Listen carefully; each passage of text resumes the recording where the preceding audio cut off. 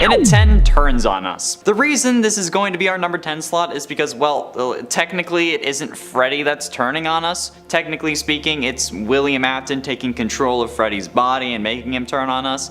So yeah, it's kind of up in the air. During the final boss fight, Freddy can be hacked by Burn Trap, and when this is going on, he'll stand in the middle of the room as a hazard and just start like jibbing out. If Burn Trap ends up successfully hacking him, meaning that you don't burn him before a timer runs out, Glamrock Freddy will chase after and kill Gregory, either by just like running at you or by pulling him out of his stomach if, you know, you're inside of Freddy when he's getting tortured, which is weird. That's a whole other issue. Gregory can still lure Freddy out of the way when he is being taken over though by calling him over to a different spot, hitting the right button, whatever version you're on. But I mean, like, come on, okay? Like, how is it that Freddy can't resist this at this point? Like, yeah, sure, it's Afton directly tapping into you, but he's also using a computer as a proxy. So it's basically the same thing as the original glitch trap virus that he ended up stopping somehow in the opening credits, okay? I don't know how this was supposed to make sense in universe, but either way, it's stupid, and Glamrock Freddy should be ashamed that this could have happened, even if canonically it didn't. But I still do think that Freddy is evil, okay? Check up in the top right corner, whichever one that ends up being,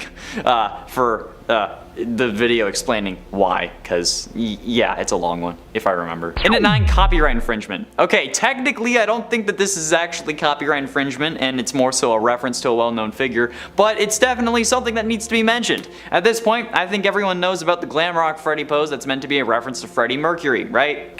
Yeah, I feel like it's a thing. The one from the introduction, and I think it was also maybe in the trailers. Well, I'm gonna use this number to be like a YouTube comment section and say that he's stealing it rather than making a reference, because whenever I say something as a reference to someone else, even subtly, so that only those who actually watch those other YouTubers would understand, people say that I'm trying to steal their thing, or that I'm taking it. Like, dude, bro, it's a reference, it's an homage, okay? Of course me saying that it's just a theory, a game theory is meant to be MatPat, okay? It's not me trying to steal it. Obviously, everyone knows where it comes from. You come here in between MatPat theories on FNAF, okay? Like, the same thing happens when I'm calling Chica Mommy, or doing the Eddie VR whistle, okay? That was terrible. It's a reference, okay? But everyone in the comments every time says that I'm stealing it. So I'm going to apply that logic to Freddy and say that he's stealing this pose, okay? Now watch all those same commenters that were attacking me come to defend Freddy now, okay? I'm gonna, you know what? I said defriend, leave it in too, okay? I don't care. And at 8 carries us. While yes, ripping us out of your stomach and tearing us to shreds with that last bit of power you have left is stupid, putting us in that chamber in the first place was a pretty goddamn stupid idea, and it was probably just at least equally as stupid. I mean, like, he even said it himself that it was a bad idea, but even after saying that, he lets us crawl inside anyway. And there were so many other options. Okay, I'll discuss the biggest issue later on, but seriously, why did he think that this would result in anything other than our death? It's a miracle that it didn't, honestly, especially when we're inside his stomach while he's getting recharged. This dude needs so much power that to fix him we need to juice him with a damn car battery, but we're just sitting inside him while he's getting all that power back from a station inside of him, where the wires and robotic parts are. How did we not get electrocuted, okay? Like, yeah, we deal with a lot of dangerous things throughout this game, but running around inside Freddy is supposed to be the safe space according to the game. But looking at it logically, it might even have been the worst idea of all. And at 7, tackles Vanny. Okay, so, yeah, sure, this is a good thing because he's, you know, tackling the bad guy, but let's be honest, Freddy is kind of dumb, and his critical thinking skills are lacking to say the least. If you think about it, he doesn't really think through any of his decisions despite being an incredibly advanced AI. When we're on the top of the Pizzaplex in the rooftop ending, after Freddy sets fire to the Pizzaplex below us without a real proper way out planned, we get to the roof of a burning building and meet Vanny. No idea how she got up there before us, but that's not the point right now. But after being able to see her with Roxy's eyes, he tackles her off the roof of a burning building. Now, originally I questioned our escape plan, okay, but Gregory does then run down the fire escape afterwards. But if he was so concerned about Vanny, why wouldn't Freddy just grab us and run? Like, why did he tackle her? It seems like the dumbest decision because, you know, Freddy left us on the top of a burning building when we're basically the size of a 4-year-old. Like, I get that she's a bad person, but if she came after you when you were with Gregory, couldn't at that point you then just punch her or do whatever, okay? Your priority isn't to defend Gregory if you're just leaving us on the top of a burning building. Heat rises, my dude. We would have been screwed. And that fire escape, damn, that's gonna be hot. And it's 6 power.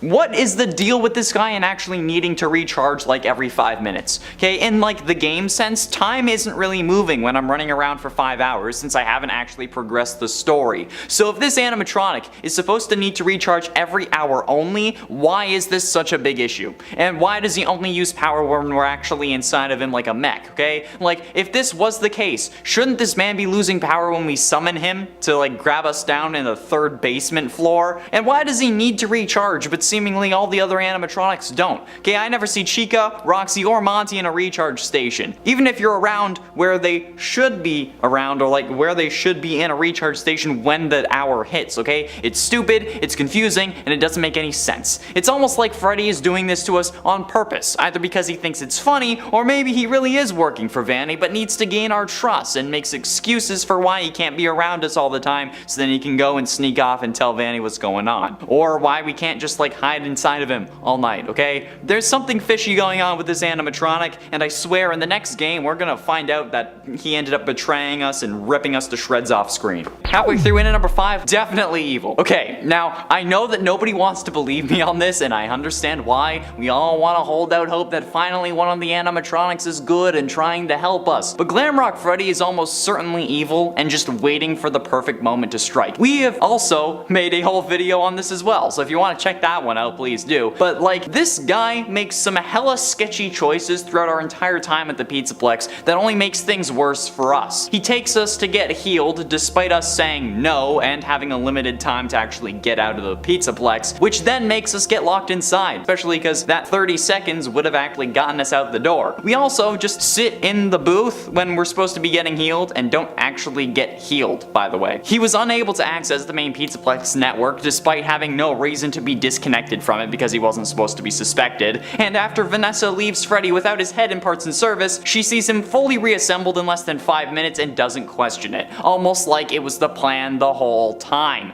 There is literally no other living human in the Pizzaplex, okay? Especially at this point. So who else could have put him back together? There are no robots that are doing that because there's precautions to keep humans safe aside from the one in the cylinder, and we don't see any actual staff bots near that area, okay? The only thing that makes sense is that Freddy is secretly evil, and maybe even he doesn't know it. But either way, he's gonna turn on us, okay? I'm calling it. It's gonna happen. In it for Monty's claws. Monty's whole personality is destroying things, okay? He likes to do it and is capable of doing it because of the claws that they installed onto his character so that he could pluck the strings of the bass guitar. I guess animatronics don't like using guitar picks for some reason.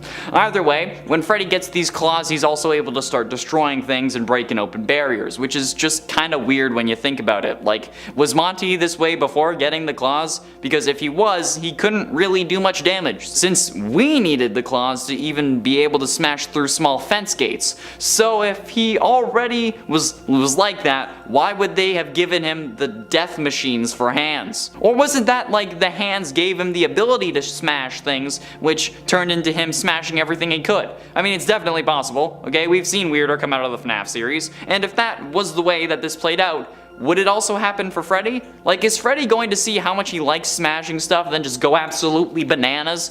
I think it could happen, and even if it doesn't, the fact that Freddy has these destructive capabilities and then just doesn't punch out the other animatronics during the final boss fight, friends or not, especially when Afton isn't trying to take control of him, like when Roxy comes in and you have to crawl inside and then scream. Yeah, why didn't he just punch her out then? Okay, that's messed up. He could have done so much more, but he just chose not to. Getting close to the end, in at number 3, lies. Speaking of the whole needing to recharge thing, where did that BS come from? None of the other animatronics seemingly need to charge every hour, and like I said, he doesn't lose power unless we're piloting him. And then when the hour in game rolls around, we don't get into the recharge station because he needs to charge. We get in to avoid the daycare attendant, okay? It's almost as if they released him so that Freddy getting in the recharge station every hour would make sense despite him not not needing to do that. Oh wait, they would only do that if he was evil. And he needs to recharge basically every other minute if we're actually going by in-game time, since the time only moves as you progress through the story. Standing in one place, draining him of all of his power basically means that he loses all of his power in a microsecond in-game, which is insane. So, like, what's going on here? What's with the other lies that he's been spitting this whole time? Because it isn't the only thing. And there are so many other suspicious moments in this game that we could do a whole list about how Gregory got lucky just by the sheer stupidity of other characters. Actually, write that down. Penultimately, in at number 2, staying until 6. Glamrock Freddy straight up encourages Gregory to risk his life in order to get out of the Pizzaplex, when in all honesty, the safest thing to do would just be to keep him in your stomach or in your green room until 6 AM,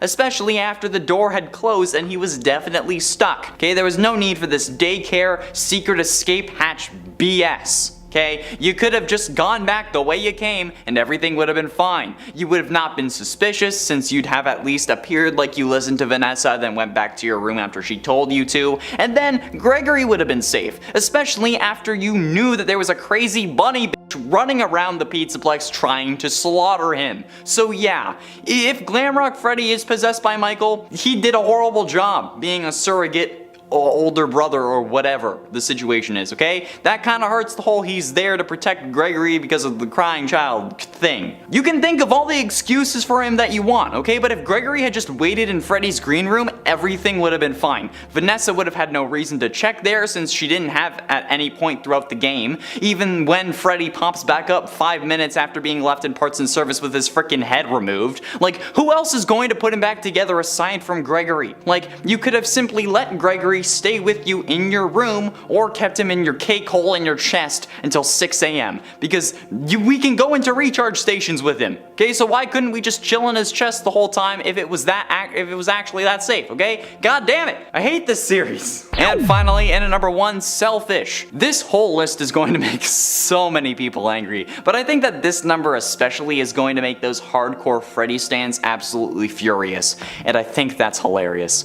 Glamrock Freddy, no matter what way you slice it, is selfish. Some people assume that he's possessed by Michael Afton, okay? I just mentioned it, which, if it is true, that means that he's only protecting you because he feels bad and thinks that he caused his brother's death, which he partly did. Or, if he isn't possessed by Michael Afton, this Freddy is very loose with his so-called moral code. He tells you not to hurt his friends and that he doesn't want their upgrades, but then he takes them anyway. You could argue that it's in his programming because, like, we hit the button on the monitor or whatever, but it's also supposed to be in his programming to hunt us down. Obviously, he isn't really working through his normal specs, but nevertheless, after hearing about the brutal mutilation of his friends, he still lets you install these upgrades into his body and then doesn't bat an eye about how you got them or that, you know, his friends are in his body now. It's incredibly messed up when you really think about it, okay? Basically, in this game, Gregory is a black market organ harvester and dealer,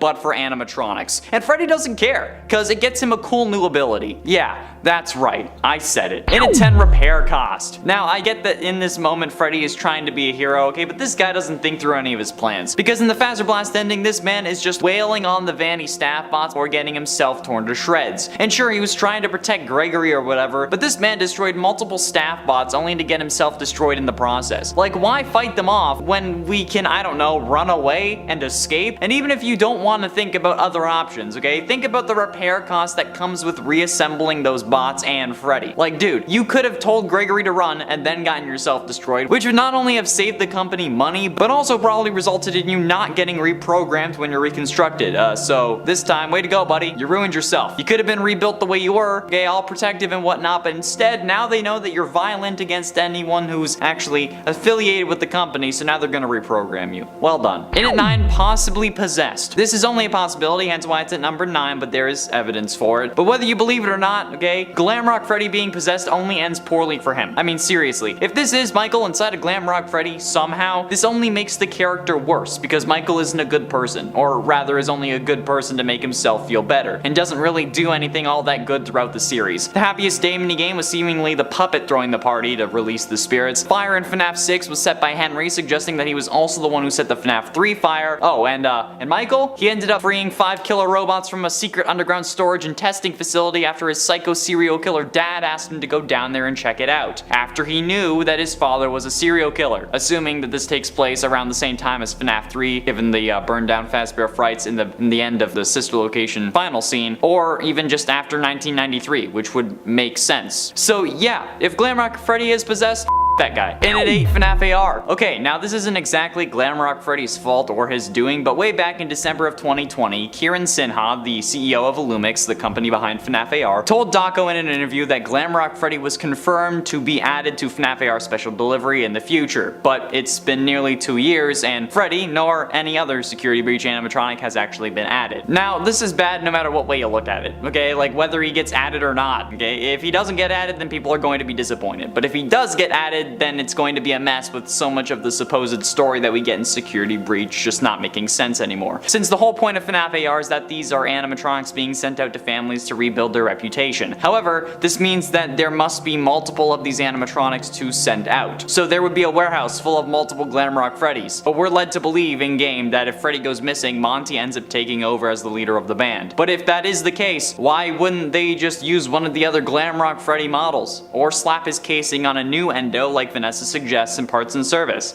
Adding Freddy to special delivery only makes things more complicated, but if he doesn't get added, people will get mad. So you know what? Might as well make them angry mad instead of insane mad, you know? Because we're trying to figure out the damn lore, and that would drive me literally crazy. And it's 7 stupid answers. Okay, look, I get the idea that stupid questions get stupid answers, but honestly, for being this advanced of an AI, this guy is dumb as hell. Oh, what was that? Oh, that's a fountain. Really? No shit, Sherlock. Of course it's a fountain. What are you on about? Okay, I get that you can't see Vanny, but given the CRT effects that we get when she's around, assuming that we are human, there is no way that you can't even feel that something was different there, okay? My question is, why are you unable to see her? But you can then see her when you get Roxy's eyes? That seems so stupid to me. Like, why would you block every animatronic but Roxy from seeing you? And if you didn't block every animatronic and only blocked Freddy, why? What would have been the point of that? The whole point of this is that nobody is suspicious of Freddy actually being the guy who's helping Gregory, okay? Even after Vanessa leaves Freddy with his head removed in the Parts and Service room, and then like 5 minutes later he can walk in front of her without her even batting an eye. So why would they make him unable to see Vanny? It's like whatever stupid blind spot they made or not, okay? Dude answers multiple questions with stupid answers that don't help anyone, alright? It's annoying. He could have done so much more. And at 6, harboring a criminal. The idea of protecting Freddy at first seems like a noble one. However, the more you look at it and the worse you see the world, you end up seeing things in my perspective. And this protecting a defenseless kid idea turns into Freddy harboring a criminal. Since, as I've explained in the past, Gregory has committed multiple crimes. We in fact have a whole list on the crimes that Gregory has committed. From trespassing to murder, this kid has done a lot, and Freddy defends him the entire time. Sure, it's against bad people, but it doesn't mean that this kid is, like, in the clear, okay? It's messed up. He steals security badges, hundreds of dollars worth of merch, he destroys animatronics, he ends up killing Vanny in the Phaser Blast ending, and even steals Freddy in most of the other endings, which is grand larceny. This kid is a criminal, and Freddy encourages this behavior. He encourages and gives him the information required for Gregory to commit fraud with the daycare pass. He encourages Gregory to steal the security badges. He tells Gregory not to hurt his friends, but doesn't really do anything more than that. Gotta love the plausible deniability there. If he isn't even harboring a criminal, then he is most definitely an accomplice. So no matter what, this is not a good thing. Halfway through into number 5 doesn't kick us out. Okay, when you think that your friend is supposed to protect you, having them suddenly rip you out of their chest and kill you is certainly a surprise. And while you may be thinking something like, well, that's your own damn fault for running out of power, you know what? I would normally agree with you on that, okay? But when this game establishes right off the bat that if Freddy runs out of power, he will kick you out, when he doesn't in the future, it's pretty goddamn stupid. Like, whatever. Okay, yeah, I shouldn't have let him run out of power, but let me tell you a story. I was playing through Security Breach and I ended up getting stuck inside of Freddy. This was my first time playing, and like I had gotten into a recharge station, and when I came out I was unable to exit the animatronic. So after being kicked out the first time that Freddy ran out of power, and like because the story forced us to, right before you learn how to distract Chica by knocking over the paint cans, I figured that the way to get out of him when I was stuck would just be to wait and let him run out of power, so that I wouldn't have to lose progress since I hadn't gotten the chance to save in a while, because that's just how the game was set up. So I waited, and then when he ran out of power, I died. resetting me to my last save point. So all I did at that point was waste time, all because this game had established that if you ran out of power he would kick you out and run to a recharge station. That's why I'm deciding to use that last little bit of power to open up his stomach, tear us out, and then rip us a new one is one of the worst things that Freddy has or could have done. Okay, it's like the death coin in FNAF. If you establish something, you keep it the same way. God. In at 4, On Your Own. Now, given that there are 3 psycho animatronics roaming the Pizzaplex, ignoring all laws of robotics and trying to kill humans, why is it that the one animatronic trying to protect us is constantly leaving us? Okay? Like originally, he left us so that he could charge or whatever, but after we get the tutorial and then we can have him like call and we can call him to us, he never needs to recharge again, seemingly. I mean, like, come on. Okay? As long as you're not inside of his stomach, he doesn't lose power, which means that this man could be following us the entire time that we do all of these missions, but he doesn't. The game provides some excuses for certain areas, like he can't crawl under the door to El Chips, which is a total lie, because he definitely could, or that if he touches the dance floor he won't be able to stop himself from grooving. But why doesn't he follow us literally the rest of the time? Okay, it seems stupid to leave this small child on his own when 3 of your friends are trying to kill him. There's also a psycho bunny bitch running around, and a daycare attendant who definitely wants to do disturbing things to him every hour, okay? Why would you leave that kid alone? It's irresponsible and goes against everything we're supposed to believe about this guy, but we just accept it. Getting close to the end into number 3, Cliffhanger. I love stories. I love telling stories, I love hearing stories, I love reading stories. Most of my favorite stories involve time travel, but I also love TV. And one thing that TV is really good at is keeping you hooked with cliffhangers. The issue is, that only works for TV. When I'm playing a game, I don't want to be left on a cliffhanger and then not have it be resolved that same game. That just feels like it's a way to try and force me to buy the next game so I can see the conclusion of how that plays out. Freddy, though, definitely provides us with a couple cliffhangers that never get resolved in Security Breach no matter how hard you look. Most notably, I think, are There Is No Bunny in This Pizzaplex Not Anymore and You Look Different to Me. The first one, of course, being in reference to Bonnie after Monty seemingly smashed him, and while we may not have gotten a confirmed explanation, at the very least we got that one duffel bag that explains that it was most likely Monty's fault that Bonnie isn't here. However, that second one, You Look Different to Me, is what Freddy says after we install Roxy's eyes onto him. Okay, he says that we look different to him now, but then he never mentions that again since Moondrop decides to show up. Okay, I don't get it. Why? Why would you do this? It's mean, okay? I hate mysteries. They need to be solved. And the only explanation that makes sense is that Gregory is a robot, but there's like that we can't know, okay? God damn it, Freddy. But ultimately, in at number 2, No Warning. Okay, so Freddy can seemingly sense the other animatronics, or at least knows when Gregory is in danger somehow. Not quite sure how that works, but that's not the point I'm trying to make here. What I'm thinking is that if this guy can sense radio waves or connect to the main server whenever he isn't cut off from it for whatever reason, why didn't he warn us about the blob and how it's a total freak show when we encounter it on our way down to the Afton ending? Okay, I mean, like, the game requires us to be in Freddy at this point, otherwise we get insta-killed by the blob as we pass it. So why isn't Freddy questioning this giant mass of metal, tentacles, animatronic faces, and possibly even souls? Not even the slightest hint about it, especially since at this point he has Roxy's eyes, which allows him to see through walls and spot discs that would be hidden otherwise. So like, where's my warning, bro? Not even a little heads up saying like, oh yeah, we might have to worry about this thing. I can tell that it's at least semi-functional.